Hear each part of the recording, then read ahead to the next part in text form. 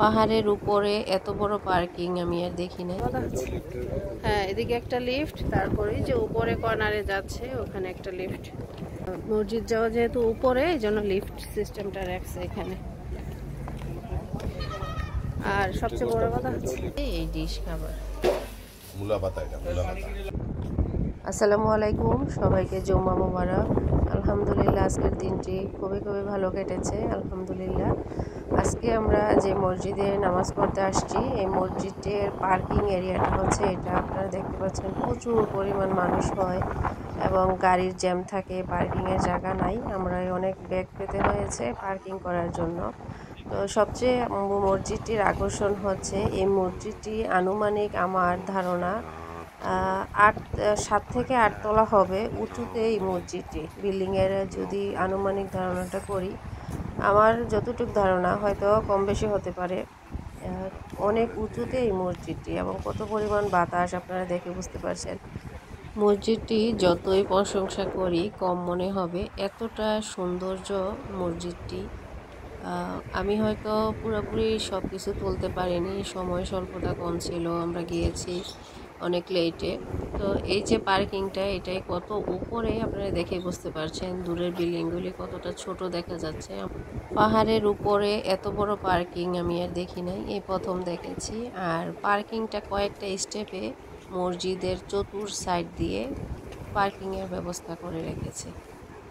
মসজিদের ভিতরের অংশটা অনেক সুন্দর, কিন্তু আমরা যাওয়ার কিছুক্ষণ পরে জামাত শুরু হয়ে গিয়েছে, যার কারণে ভিতরের অংশ আমি ভিডিও করতে পারি নাই। তো এখন নামাজ শেষ করে আমরা বের হয়ে যাচ্ছি, আমরা রেস্টুরেন্টে খাওয়া দাওয়া করব। আমরা যদি আগে না বের হই তাহলে যে পরিমাণ পার্কিংয়ে জ্যাম, আমরা 1-2 ঘন্টাও এখান থেকে বের হতে পারবো না। আর রেস্টুরেন্টে খাওয়া দাওয়া করব, ওখানেও থাকবে, প্লেস পাবো না, আমাদের লেট হয়ে যাবে, এই জন্যই বের হয়ে যাচ্ছি। এই মসজিদটা লিফট সিস্টেম আছে, যারা চাইলে লিফটেও যেতে পারে মুসল্লিরা। তো সিঁড়ির ব্যবস্থা এবং লিফট দুই সাইডে 2টা লিফট রেখেছে, যেন কষ্টটা না হয়, যারা চায় লিফটেও যেতে পারবে আর কি। যে একটা লিফট আর একটা হচ্ছে এই যে এটা। তো উপরে সিঁড়ি দিয়ে যাওয়াটাই বাতাস এত ভালো লাগছিল, লিফটে এই হয়তো নিতে পারতাম না, এই ফিলিংসটা হয়তো আসতো না, তাই আমরা সিঁড়ি দিয়ে উঠেছি এবং সিঁড়ি দিয়েই নামতেছি। এই যে বাইরে থেকে দেখায় মসজিদটা, একদম ছোট দেখা যাচ্ছে না সূর্যের জন্য, অনেক সুন্দর। মসজিদ থেকে বের হতে ভালোই ব্যাগ পেতে হয়েছে আগে বের হওয়ার পরেও। তারপর আসলাম রেস্টুরেন্টে এসে দেখি ফুল, মানে বুকিং, কোনো প্লেস খালি নাই।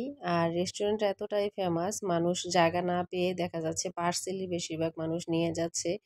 মানে প্রচুর ভিড় থাকে এই রেস্টুরেন্টটা, এত মানুষের পছন্দের একটি রেস্টুরেন্ট। আমরা আসছি আফগানি রেস্টুরেন্ট।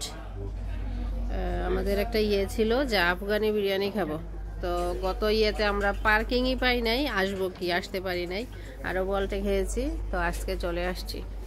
তাও ওয়েট করে তারপর এই প্লেসটা পাইছি। অনেক প্রচুর ভিড়, আর বিশেষ করে বেশি পার্সেল যাচ্ছে। ওদের মেনুটা হচ্ছে এইটা, এই যে দেখো ওদের ভিতরের ডেকোরেশনগুলো অনেক সুন্দর, ফ্যামিলি রুমগুলো আর কি।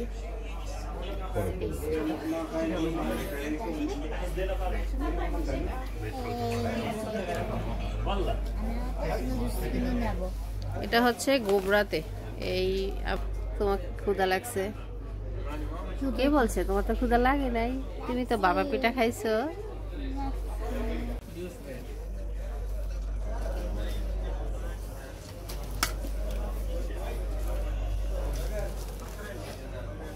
স্যুপ, তারপরে সালাদ 3-4 জায়গায়, তারপর এখানে চাটনি, টক দই, আর হচ্ছে এই ডিশ খাবার।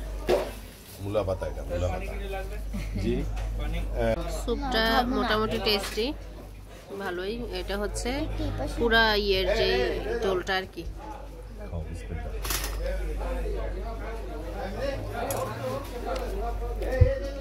ভেজিটেবল আগামী যারা একদম মশলা কম খান আপনাদের জন্য পারফেক্ট। এটাতে কিন্তু মশলা নাই বললেই চলে। আলাদা এই যে চাটনি, টক দই এগুলা দিয়ে খেলে ভালো লাগবে। কষ্ট করে ভিডিওটি দেখার জন্য ধন্যবাদ। সবাই ভালো থাকবেন। আল্লাহ হাফেজ।